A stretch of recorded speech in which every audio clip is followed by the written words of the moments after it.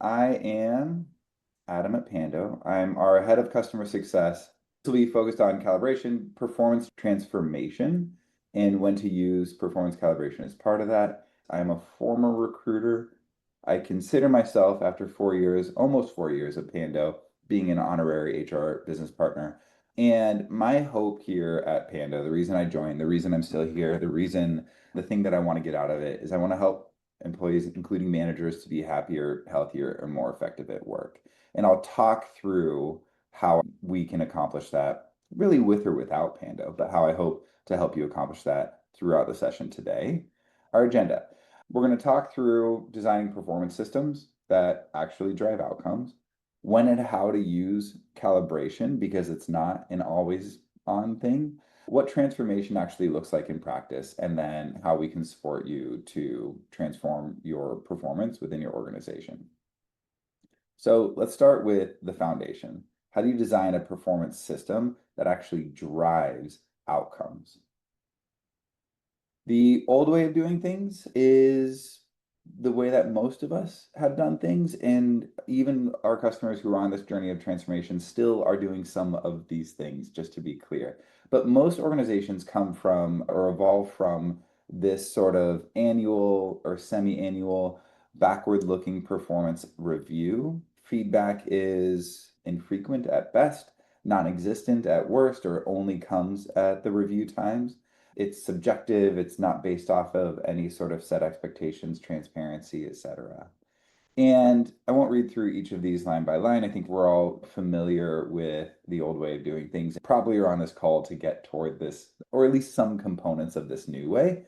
But the new way we think of as transparent, collaborative, not just between you and your managers, you and your leadership team, but between managers and their reports. So collaborative performance development. And that takes a lot of transparency, expectation setting, and structure. If you have those things, you all of a sudden have a more trust-based system. Your reports trust that their manager not only has their best interest in mind, but knows how to execute on that. The managers trust that the reports are trying to grow, right? We hear oftentimes that this person just doesn't have the potential. They don't want it enough. They don't, whatever it may be. And that assumption is that person can't or won't develop. And if we can drive clarity, drive transparency, we can get rid of that sort of perception, or at least reduce it where it's inappropriate. To get to that alignment point, we need structure. The very first thing that we do when we work with new customers is we help bring on a leveling system, a leveling structure. This is a really big one, right? This has 12 levels. Not all of our leveling systems do. Some of them have 7, some have 9, some have 15. It really depends on the organization and what we're trying to get out of it. But this leveling structure is the baseline to set expectations and to create clarity and transparency. Transparency around what's your level, what's good look like at that level, and what are your opportunities going forward within your current framework. This structure really makes calibration and alignment possible. If you're trying to do really effective performance calibrations without understanding what people's levels actually are, it's going to be really challenging to do. The thing that if you've been subscribing to Pando, if you're a customer of Pando, the thing that you hear a lot is always on. It's transparency. It's continuous calibration. And calibration, when we think about it in a continuous manner, is between a manager and their report. They are always calibrating on what good looks like. They have the leveling structure, they have the rubrics as the baseline understanding of what is good, what is my level, what is good at that level. And then through feedback, through goal setting, through goal attainment or lack thereof, but transparency around goal statuses, things like that, you have that transparency and you have that calibration between a manager and their report ongoing and always on. If you've seen our management or our one-to-one templates, rather, you've seen that they include feedback, goals, and achievements as part of our core template for every single meeting that a manager in their report has. So they're always discussing, they're always calibrating based off of deliverables, performance, etc. When this happens continuously between a manager and a report, that takes a lot of the burden and a lot of the we'll call it negative connotation around org-wide calibrations, it really takes it off of the people team and takes it off the HR team because a lot of that work is being done already between the manager and the report. So, when and how to use calibrations, why you would want to do a calibration, why it matters, why it's helpful. Ideally, your calibration is ensuring fairness and consistency in how we hold people, what standards we hold people to, right? What are our standards of excellence at the organization? And how do we make sure that managers across the org are holding their teams to that same standard? It helps interpret impact and performance, right? Because my interpretation of impact in somebody else's, or high impact rather, in somebody else's may look a little bit different. Mine may be high, mine may be low. And a calibration process helps to uncover that and then address it. And really, it's about this alignment and development, not about policing of ratings, which it can feel like, and we'll talk a little bit more about that. But done, the calibration process actually increases trust within the organization rather than decreasing it. And done wrong, which is a process that I've been a part of in the past, and I think a lot of us probably have, done wrong, you can decrease trust. You can put out this perception that okay, I'll get a promotion or I'll get an up level if my manager is really good at advocating for me. I'll get an up level if I game the system, if I politic, if I whatever it may be, right? That's how I know I'm going to get my bonus and how I can ensure that. And that decreases trust within the organization. A great calibration process is transparent and it increases that trust. But when do you use it? It is not an always on or an org-wide calibration isn't a general purpose experience or tool.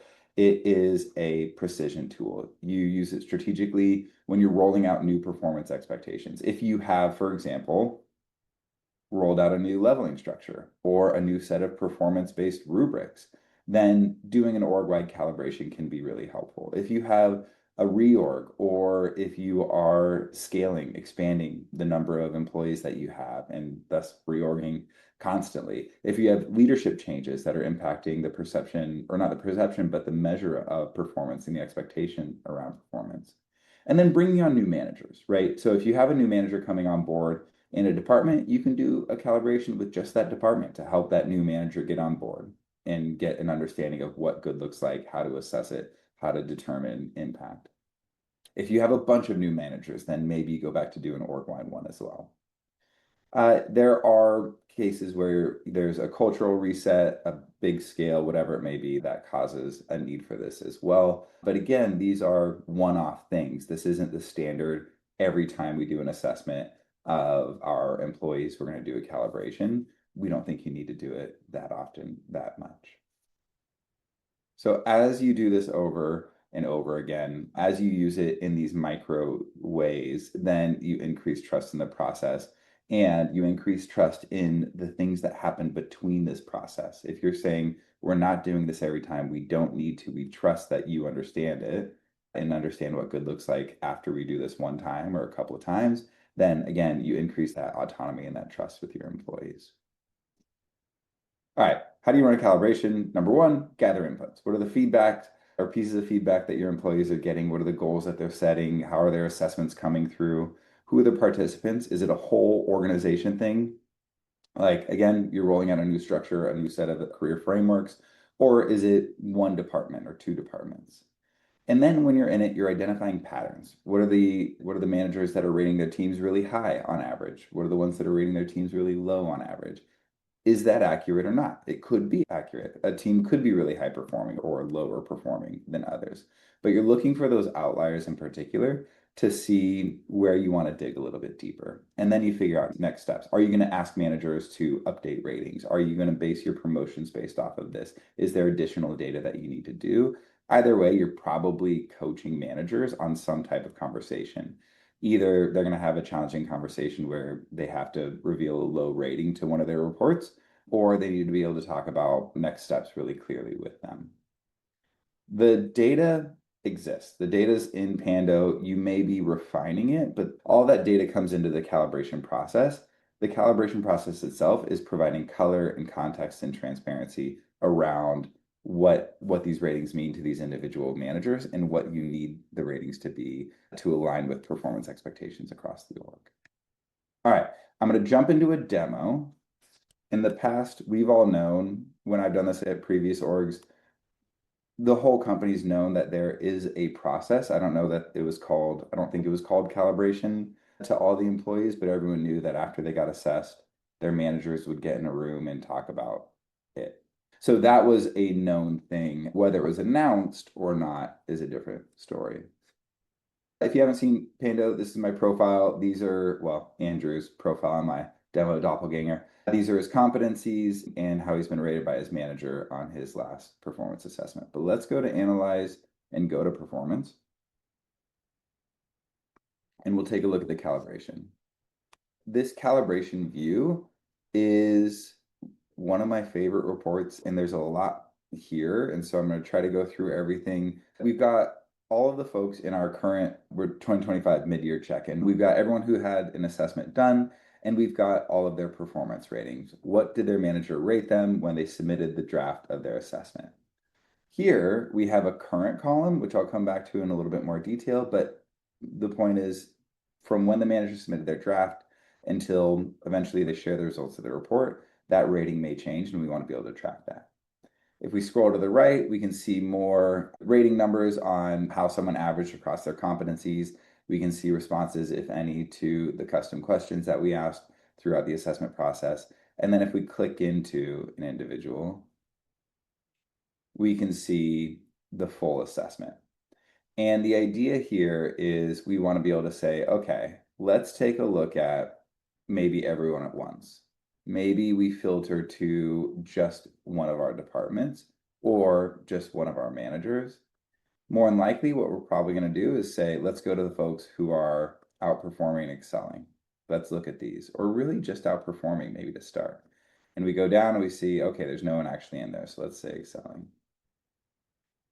All right, so we've got one person, Kevin here, whose manager has rated them as excelling, but we see their progress on their competencies at 70%, which is a little bit below excelling. So click in here and learn a little bit more, right? So there's tooling that can help you to have these conversations. And the idea isn't Kevin's not excelling, but the idea is maybe we need to dig a little bit more. Maybe we need to understand that better. So you can take some calibration notes as you go through and you have the conversations with the leadership about this individual.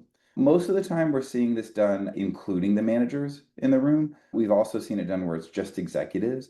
And then if questions need to be asked of the individual line managers, then those get shared out either by the execs or by the people team. So the calibration process can be really interesting and fun because you get to see a lot more data. You get to understand why managers rated the way they were rated. You get to understand the performance of these individuals. And it's, yeah, again, it's just like if you're a big nerd, a fun process to go through. If you want to take a step back and look at the distribution of the org, you can do that as well. And so in this case, we have our performance distribution. We can even put a line on it, although we tend to not manage toward performance curves, especially if you're below a certain size as an organization or as a department. But we can see, okay, looks like on average we're delivering. Most of our folks are delivering, obviously not a ton of people here. We have some in excelling and some in improving. That's to be expected. Of course, we want to dig in a little bit more and see why are these folks improving and are they on a path toward delivering, excelling, and outperforming eventually? What's going on there? So it's a place to dig into. And then same thing with excelling. What are the next steps for those folks? You can stack by a variety of different things. So you can compare managers, you can stack by department, you can do it based off of level, gender, ethnicity, location. That's really interesting to look at. Hopefully it's not too interesting to look at, but it is gender and ethnicity are good things to stack by so that you can see, is there bias potentially in the workplace around those demographics? And then you can filter down to specific managers. If you filter to a manager, it brings in all of their reports, et cetera, right? So you can slice and dice this data, but the point is that bringing in a visual, bringing in an understanding of where the organization is distributed helps you to have some focus areas. So for example, all of these people report into one manager, but if we filtered to stack by manager, we could see, okay, is one manager's org performing better than the other, or at least are they rated higher? If so, let's go back to the calibration, filter down to that manager, and take a deeper look. I think one of the things that can be really off-putting or scary or whatever it is around the distribution of performance is that this becomes a decision-making criteria. And that's a way to lose trust within the organization, right? When you're saying, okay, we're managing to a perfect curve, or we're managing a little bit above or below, if you're drawing that line in the sand and you're moving people around to fit that curve, that's when you can lose trust. But if you're referencing that curve as this is what a typical organization looks like, this is what we've looked like in the past, whatever it may be, and then you're taking that and saying, okay, I wonder why we're misaligned with the distribution curve. That's the right type of question to ask. And you may end up being higher or lower than you originally thought you might be. And so, either way, the point of the distribution, of understanding your company's performance distribution, is to understand where you need to dig deeper on different topics, different managers, different employees, whatever it may be. So I think this is always a jumping off point, not a finishing point, to go back to the calibration and say, okay, why were we distributed so perfectly bell curved almost? And then you can go in here and you can look at the individual ratings, you can look at the individual assessments, and you can really dig a lot deeper. Okay. What performance transformation really looks like? It's not a single project. I think everyone probably knows this, has come to terms with it. It's not a point in time thing where you begin the month or the quarter even untransformed and you end that quarter transformed and permanently on your new journey. Would that be nice? Maybe, but it'd be a lot less fun. The journey of transformation is always on, right? And one of the reasons behind that is your goalposts are going to move as your company changes, as you hire more people, as you get new leadership, as you expand in different markets, as the market just changes on you, as AI gets introduced, right? All of these things are going to drive regular change within your people programs and structures here and beyond, right? So truly it is always on. But this like transformation process is, if we can make it finite, it's long. It could be a year long because you are starting with what? Defining what you're trying to do. What are we trying to change? What are the outcomes that we're trying or driving for? What do we want to see on the other side of this? How will we know if it worked out? This is one of the things that I really enjoy using AI for, is to have that conversation and then take that conversation back to the team, or have like multiple people within the people org go and brainstorm with ChatGPT or Claude or whatever it is, and have it push back and ask questions and probe and all that. And then you come together and discuss what the transformation should actually look like and what you're working toward and why. Because it's not always the first thing. I want a higher performing organization is typically like the big why. But what does that actually mean? How are we going to know if we're higher performing because of this process? So figuring all that out is important to do at the very beginning. And of course, some of that stuff's going to change as you go through it. So step one, define the process, or the purpose rather, and then you define the process. So what's the structure of this thing going to look like?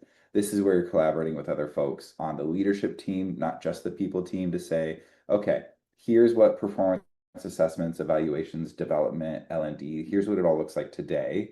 What do we want that structure to look like on the outside or on the other side? And how do we get there? What are our processes? Usually that's going to be a staged rollout, right? So what do we start with? Probably just introduction, light intro to concepts, light experimentation with concepts, and then you layer on and on. And if you can have a year to transform, then you can do this stuff over time without inundating or without really calling too much brain space away from people's day to day for this.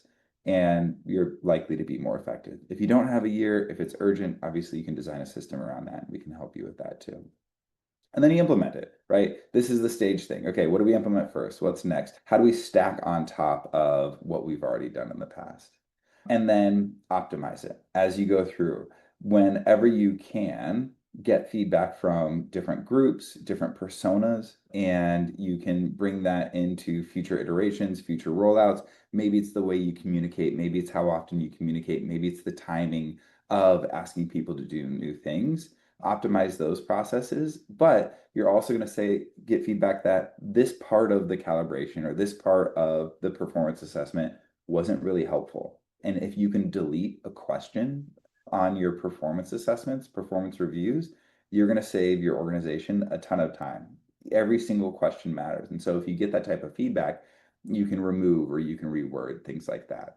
And I think at the beginning, when you're selling this, when you're pitching this, when you're communicating it, communicating that you will learn as you go along and that you will make data and feedback-based decisions to iterate as you go through it will be really helpful in getting the buy-in and the commitment from your organizations. Designing the journey. I mentioned this already, but we use personas when we're doing this. This is a screenshot from a Miro board that we use to design these processes, to talk through these things. What are the personas of each of these individuals? What are the questions they're asking? What do they value? What's important to them? Where's their time spent? And what are their objections going to be? And then how does a performance journey impact these different stages of the employee journey? So how do we support that? This type of Miro board is one of the ways. There's much more that goes into a consult and a strategy around this. We typically will be really heavily involved in that design phase. What are we trying to accomplish? Why are we trying to accomplish it? What can we reasonably get out of it? Sharing the way to structure the desired outcomes and the outputs is really helpful. And then of course we do a journey design. What is our timeline? What are we going to roll out to who, and how are we going to do it? All of that strategy, all of that process development, we will consult with, working with typically the people team to start with, and then we usually will bring in the executives to have collaborative sessions to make sure that not only are they heard, but then they're immediately more bought in because their voice is part of the process development process. So let me come back to that. What we do or what we're able to do in the process is one thing, and then of course, what we're able to do in the system is another. You saw our calibration tool. I'll walk you through a few things in the system, but the process is absolutely the most important function. What are you trying to accomplish? Why? And how will it work within your organization? Hopefully you saw in the calibration tool how we can display the performance, how we can display the ratings, how we can display distribution across the org. And then I'll just show a quick demo for those of you who haven't seen it. This is the outcome of a lot of the development work that we do with customers. We have to figure out what are our ratings. We have to figure out what are our questions, who's getting assessed, how are we assessing them? And it all starts with our rubrics. So we help customers design a leveling structure if they don't already have one, or implement their existing leveling structure into Pando if they do have one. And then a big part of this initial initiative is developing these performance rubrics, right? So what are expectations for each of our teams at each of our levels? And how do we drive clarity and transparency through structure, right? So that would be step one, is building out the leveling structure and building out the competencies. We decide the number of levels, we decide the number of rubrics, the number of competencies, in part based off of what our goals are. What are we trying to accomplish? Are we doing performance transformation? Are we introducing the concepts of performance in the very beginning, right? Maybe you don't need so many rubrics if this is the first time somebody has ever even thought about what their level is at your organization. And maybe we start with a simpler rubric, whatever it may be. So there's a ton of customization and consultation that goes into figuring out the right way to start and the right way to build. So most of the things on this page are customizable. The words, the number of competencies, the number of categories, the number of rubrics, the number of levels, etc. With a really solid rubric structure, again, even if it's basic, if it's solid and it sets expectations around what it means to be a good employee at your organization, then what you can do is a lot more transparent and accurate growth-oriented work, right? The biggest one would be feedback. how can a manager give feedback to the folks on their team that's really effective? If you've ever managed a large group of individuals at different levels, one of the challenging things is making sure that you're not inappropriately or incorrectly assessing one person compared to another person who is actually at a different level, maybe in a different role, but they look similar on paper. So when you give someone feedback, say you have feedback from one of your reports, we'll go with Chestnut, it actually pulls up their expectations, which is really nice. This is, again, this is the rubric work that we developed. The rubrics are custom. So this is what it looks like in my demo account. If you have leadership for your organization as a competency, it may well look different for expectations of folks on your team. But anyway, we have leadership at level 6. If I want to give her feedback on results instead, it'll pull up results at level 6, right? And either I can write it myself, maybe I'm suggesting improvements, and I can just draft the feedback. Or I can use my feedback coach.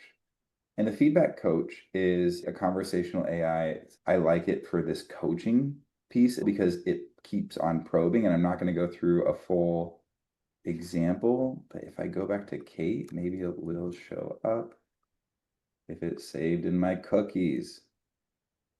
Great, a little bit. So you see in this example, I just want to give Kate some feedback on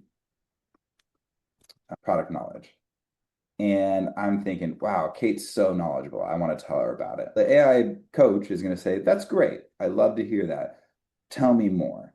And what are the situations that she influenced, the roadmap or whatever it may be that showed that knowledge. And I'll say she built a great roadmap.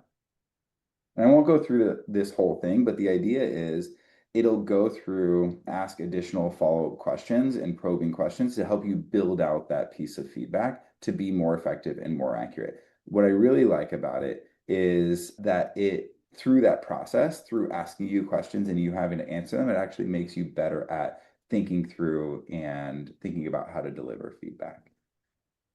So when you're giving feedback, whether or not you're using the AI coach, giving that feedback based off of somebody's level and based off of their rubric is super, super helpful because it's more accurate. It's more accurate to them and their actual expectations.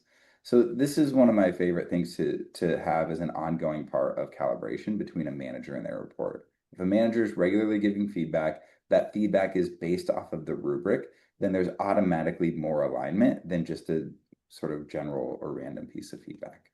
The other things that you can do is you can do goal setting around it. Achievements is just an achievement log. People should log their own achievements. It's so easy. It's so impactful. Goals, you set career goals based off of your competencies, right? You can set company goals. You can tie them back to your competencies. But career goals are, how do I get better in my role? If you have a set of competencies, if you have a rubric, you should call on those competencies, set goals around developing your career against those competencies. So maybe I want to get better at public speaking.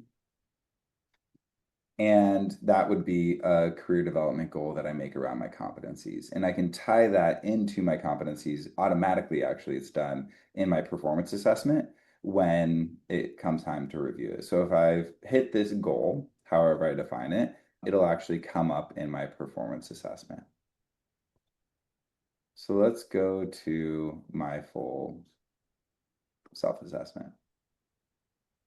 In this case, I have all of my goals. I have all of my achievements, a lot of sales for a customer success manager. And I can go through and again, using the expectations that are laid out in my rubric, I can actually go and let's go with results, give myself an accurate rating. Am I delivering? Am I doing these types of behaviors and tasks on a regular basis? Am I excelling? Do I think I'm actually starting to do some M9 level stuff? Or am I outperforming where, in fact, not only am I delivering in customer delight at level 8, my current level, but I'm consistently delivering on those expectations at level 9. And having one of my favorite parts about having competencies, other than just being biased because it's a really big part of Pando, is it gives you the nuance to be able to say, I'm outperforming in customer delight. I am not outperforming in leadership. And if you don't have that level of nuance through competencies and you don't have those well-defined competencies that help you understand what good looks like, it's a lot harder to be self-aware of these differences and to know which differences actually matter. Because there are things that you struggle with in your job that don't actually impact your performance. Don't worry about them, right? That's the one of the other things that competencies can do is they can free you to focus on what actually matters. But here, I know that customer delight and leadership do matter. I know I'm outperforming in customer delight because I can see those expectations and I can see them at the next level. And I know in leadership, I am not quite developing. I'm still improving in those skill sets. And so that's an area of focus for me. So that level of nuance allows someone to be really accurate and proud of what they're good at and self-aware and accurate about the areas of opportunity as well. And their manager is going to have a really similar view to this, right? So if we go back, or you would go through and assess all your competencies, you have a set of reflection questions.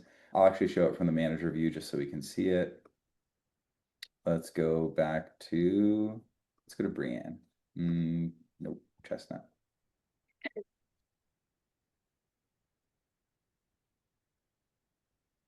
We'll just view it. We won't share it quite yet.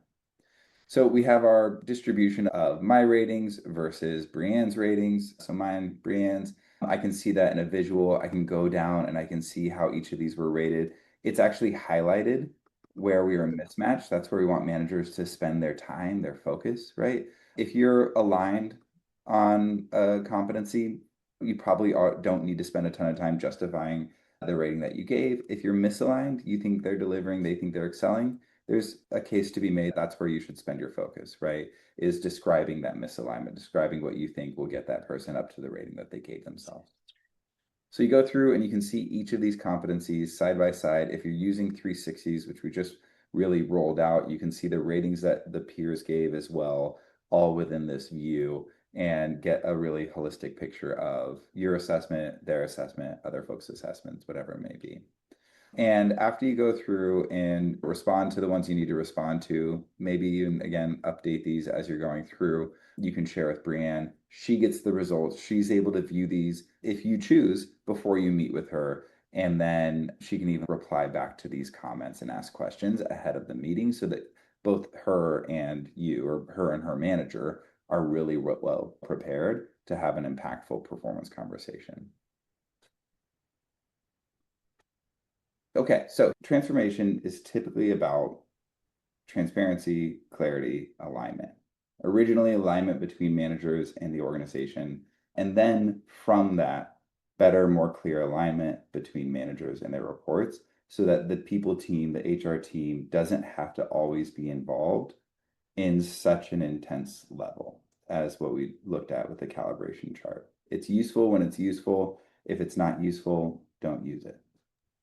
Pando is we really want to disrupt in the right ways that traditional performance review. We want to remove the necessity for additional steps that feel like they're necessary because there's a lack of structure, because there's a lack of transparency between managers and reports.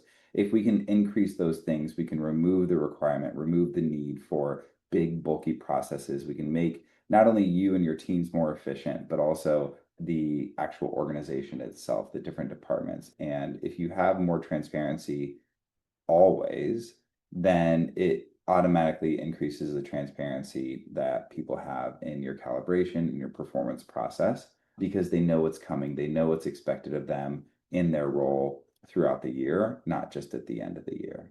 So it's really, for us, it's about that transparency, that clarity, that structure, and using this big calibration, capital C calibration process as a way to help the lowercase c calibration between managers and their reports be a regular, ongoing, and honestly, like low effort thing.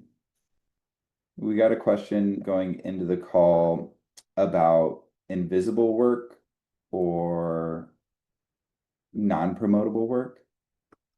And let me give you my understanding of invisible work or non-promotable work, but oftentimes that is supporting other folks. It is the mentorship, which can be seen as promotable work. It's helping out on additional projects. It's providing expertise or things like that to other folks within the organization as you are maybe the most knowledgeable person within a department or something like that. We try And I think we do pretty well at capturing a lot of that in the rubrics themselves because what we see is in a typical progression of a competency, we'll see somebody, let's say communication's the example I always use. Like communication. In the beginning, you're learning how to communicate, right? At the beginning of your career. You're level one or level two. You're learning what good communication looks like. You're communicating well when asked to. As you get more senior, maybe you're becoming more proactive at communication. You're becoming more effective more naturally. You don't need as much supervision with how you communicate. As you continue to get more senior, maybe you're impacting the way that folks around you communicate. You're impacting the way that your organization communicates with each other. So your team, your direct team, or the broader org. And so that's the type of impact where maybe you're leading sessions on communication. Maybe you are designing communication protocols. Maybe you're mentoring other folks. All of those are example behaviors and example tasks that are laid out in our rubrics. And so what you can do then is you can say, okay, I just gave this mentee an hour of my time to talk about their communication. I can send them a feedback request. I can highlight communication as the competency that I want feedback on. And I can say, hey, we just meant to talk about this. I'd love your feedback. Where was this helpful? And where do you think I could be more helpful next time? Something like that. And so you can actually build those types of behaviors into your performance rubrics to enable people to ask for feedback around them. And then also to hold accountable their manager to considering those previously invisible type behaviors. There are plenty of companies where if you sent that feedback request, that person would like not only ignore it, but just wouldn't want to sit down with you again, potentially. Hopefully there aren't too terribly many companies like that where it's looked at like that. But part of that is I'll answer in two ways. One, if that's the outcome, the desired, maybe not end, but desired journey point or point on a company's journey, you can work toward that. You can coach, you can reward, you can build programs to teach about how to give feedback, how to make it easy and accurate and whatever it is. Right. So you can build toward that over time, but that is a cultural transformation for a lot of organizations. You can also just let people self-report. So I think the achievement feature is when I was interviewing at Pando, now starting my interview process 4 years ago, last week or something like that. One of the things that really stood out to me was the achievements feature because I had been in a role where we were doing performance reviews every quarter. And at the end of the quarter, I would forget the things that I accomplished, the things that I did, the little stuff along the way that actually is what probably got me promoted at that company.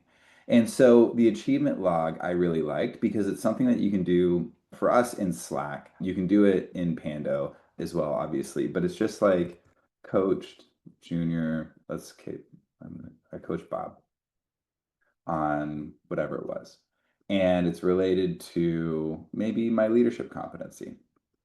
And so I can add some notes here, just a quick coaching call, but he improved after.